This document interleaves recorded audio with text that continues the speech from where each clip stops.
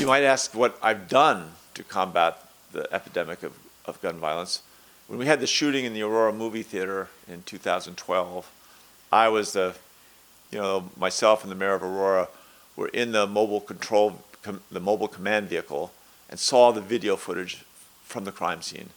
We were the first to look at it, and it is traumatic. You have trauma. I will remember those images forever. And we took a few months to mourn. We didn't start talking about policy. It was that traumatic for the whole community. But we then, in 8 months, passed universal background checks. We limited magazine capacities. If you look at all the candidates running for president, there's 173 years of experience there. What have they done? How can we not have universal background checks as national policy? They can't stand up to the NRA. We beat the NRA in Colorado. The bottom line is that universal background checks are supported by almost 90% of Americans.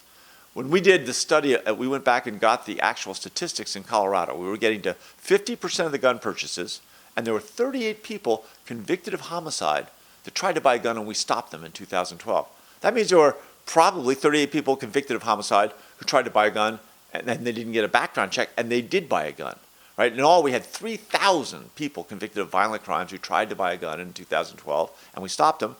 Probably there might have been up to 3,000 people who've been convicted of violent crimes who tried to buy a gun and didn't get a background check, and they went ahead and bought it in Colorado in 2012. If I was president, I would take that state to state, purple state to purple state. I'd pick a few red states, and once I'd beaten the NRA in state after state, I'd make it national policy. And I think we should go further. I think we should step out and we make everybody in this country pass a driver's license before they can operate a vehicle. Why aren't they passing a gun license to be able to own and store firearms?